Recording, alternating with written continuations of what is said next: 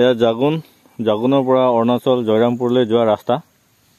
ইয়াতে আমাৰ পঞ্চায়ত জাগুন গাঁও পঞ্চায়তৰ অন্তৰ্গত এখনি হেংগিং ব্ৰিজ এট ৱাৰা ভিলেজ। ইয়াৰ পৰা 1.5 কিলোমিটাৰ 1.3 কিলোমিটাৰৰ ভিতৰলৈ এই ব্ৰিজখন আছে। আমি এই ব্ৰিজখনলৈ গৈ আছোঁ আৰু এই ব্ৰিজখন বনাইছিলে গাঁও পঞ্চায়তে, জাগুন গাঁও পঞ্চায়ত।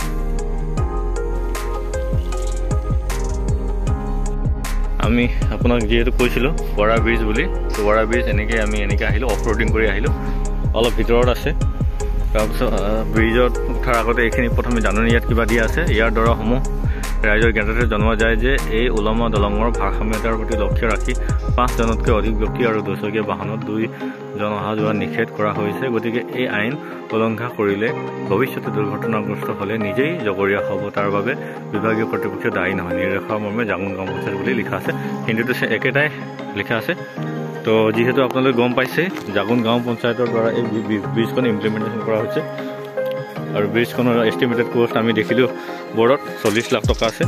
যিহেতু ব্ৰিজখন এনেকৈ এইটো বনোৱা আছে আৰু ইয়াত দিয়া আছে ডাইৰেকশ্যন দিয়া আছে আপোনাৰ ৱেলকাম টু 1 নং ৱাৰা ভিলেজ। যিহেতু ৱাৰা গাঁৱলৈ এই ব্ৰিজে জাগুনৰ যিটো টাউন আছে টাউনটো ৱাৰা গাঁও এটা ভিলেজৰ লগত কানেক্টিভিটি কৰিবলৈ ব্ৰিজে সহায় কৰিছে। আগতে মানুহবিলাকে এই ৱাৰা গাঁৱৰ মানুহে বা এইফালে মানুহে যদি ইফালে যাবলগীয়া হয় তেতিয়াহ'লে এই নাৱেৰে বা যাতায়াতৰ সুবিধা একোৱেই নাছিলে। এই ব্ৰিজখন হোৱাৰ কাৰণে বিশেষ সুবিধা আমি পোৱা পৰিলক্ষিত হৈছোঁ আৰু এটা টুৰিষ্ট এট্ৰেকশ্যনো হৈছে আমাৰ। যিহেতু এই অঞ্চলত এনেকুৱা ধৰণৰ ব্ৰিজ নাই, সেইটো কাৰণে আমাৰ মানুহে এই ওলমা দলংখন চাবলৈ আহে আৰু বহুত বাহিৰৰ পৰাও মানুহ ইয়াত ওলমা দলং চাবলৈ অহা আমি দেখিবলৈ পাইছোঁ।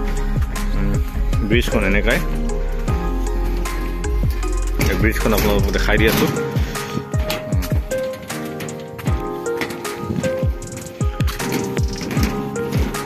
এই সিপাৰে যিটো দেখি আছে আপুনি পাহাৰ দেখি আছে, পাহাৰটো অৰুণাচলৰ সীমা আৰু এই যিটো সিপাৰ পালে মানে ৱাৰা ভিলেজটো পোৱা যায়।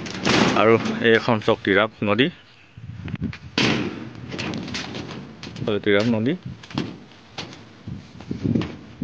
নদীখন এনেকৈ অৰুণাচলৰ পৰা বৈ গৈ আহিছে, এইফালে গৈ দিহিঙত মিলিছে।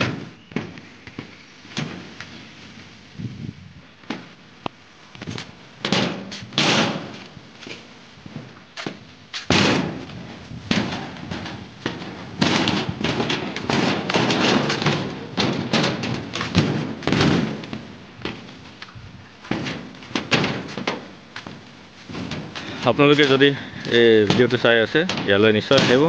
এই ওলমা দলং যদি আপোনালোকে আগতে দেখা নাই বা উঠা নাই আহিব। অলপ হেংগিং ব্ৰিজ হয় এইটো। আপোনাৰ মানে অলপ প্ৰথম অৱস্থাত ভয়ো লাগিব পাৰে, কিন্তু ভয় নাখাব, চেফটি আছে ব্ৰিজত। যিহেতু মানে এনেকৈ ওপৰত ডাঙৰ ডাঙৰ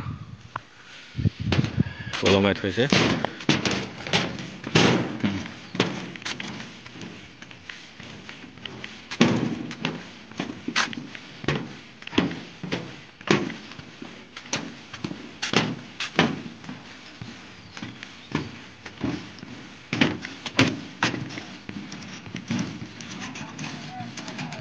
ইয়াত দেখি আমি এইপাৰ পালোহি। ইয়াত দেখিবলৈ পাইছোঁ ইয়াত মানে আপুনি ব্ৰিজখন চাবলৈ আহিছে হয় নাই? তাত হয়, ব্ৰিজখন চাবলৈ আহিছে। ব্ৰিজখন দেখি আপুনি কেনেকুৱা পাইছে?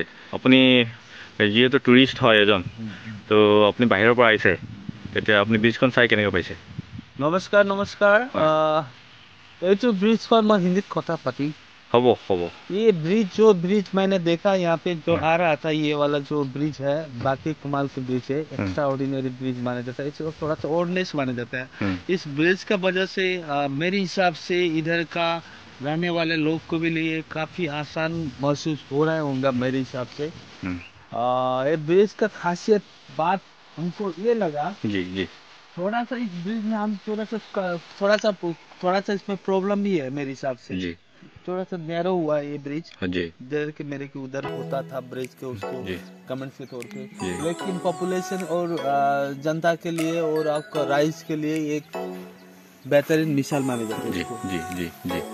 जी थैंक यू। आपने बहुत वैल्यूएबल कमेंट दिया हम लोग के लिए। आपका कमेंट हम लोग के लिए बहुत ज़रूरी है, तभी हम लोग फीडबैक मिलने से हम लोग और बेहतर बनाने सकेंगे। जी जी thank you very much for talking with me. जी ধন্যবাদ। তেখেতে ইমান ধুনীয়াকৈ কমেণ্ট দিছে। তাৰপাছত সিপাৰ আমি আহি পালোঁ। সিপাৰত যিহেতু ইয়াত দোকান দি থৈছে সিপাৰৰ ৰাইজে, দোকানী আছে নেকি দাদা এবাৰ চাই লওঁ। এনেকৈ আহি থাকে।